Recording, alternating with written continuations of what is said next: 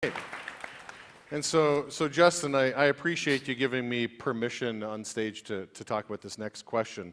Let's go back in time. It's 4 years ago. You're getting ready to go to Las Vegas for your bachelor party. Yep. And you're taking your dad with you to Las Vegas on your bachelor party. I mean, you must really love your dad. Yeah, we were super tight, and we were best friends. So I wanted them there. Okay. Anybody else go with their dad to their bachelor party? One. Okay. Adam, okay. I see it.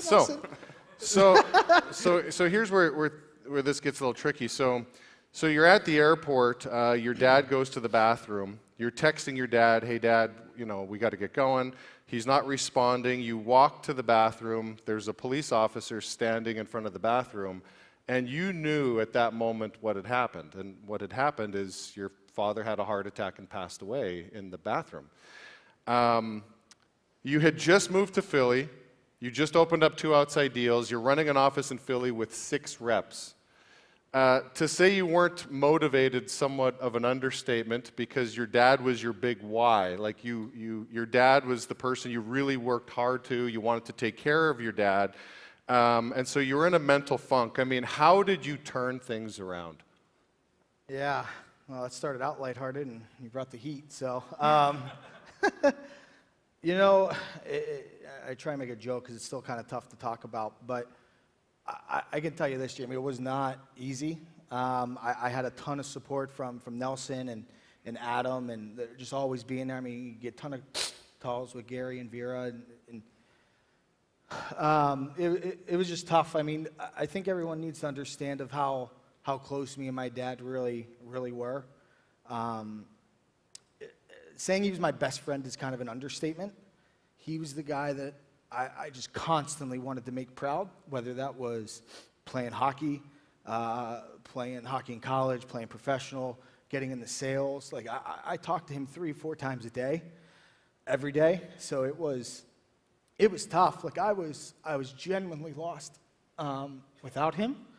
And I remember I was living in Manayunk at the time, and I still had his cell phone number saved in my car, and I meant to call my mom, and I hit his number, and it went to his voicemail, and I heard his voice, and I just asked myself, and this all happens in a split second. I go, why the hell am I doing this? I genuinely didn't know anymore, and in the same second, I asked myself, would he be proud of me? And I broke down because for the first time, it was a no, and I had to reevaluate really what my why was, and it wasn't to retire him; it was to become the man that he was, and always take care of my family. The way that he always took care of us.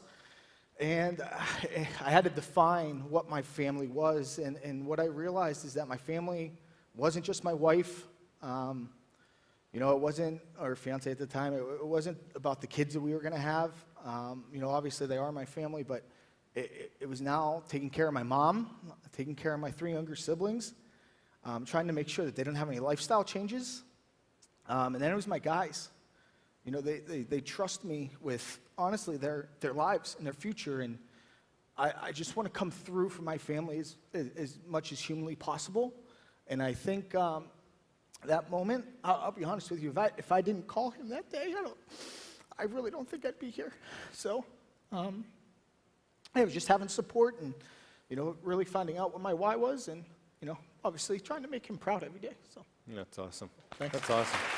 That's awesome.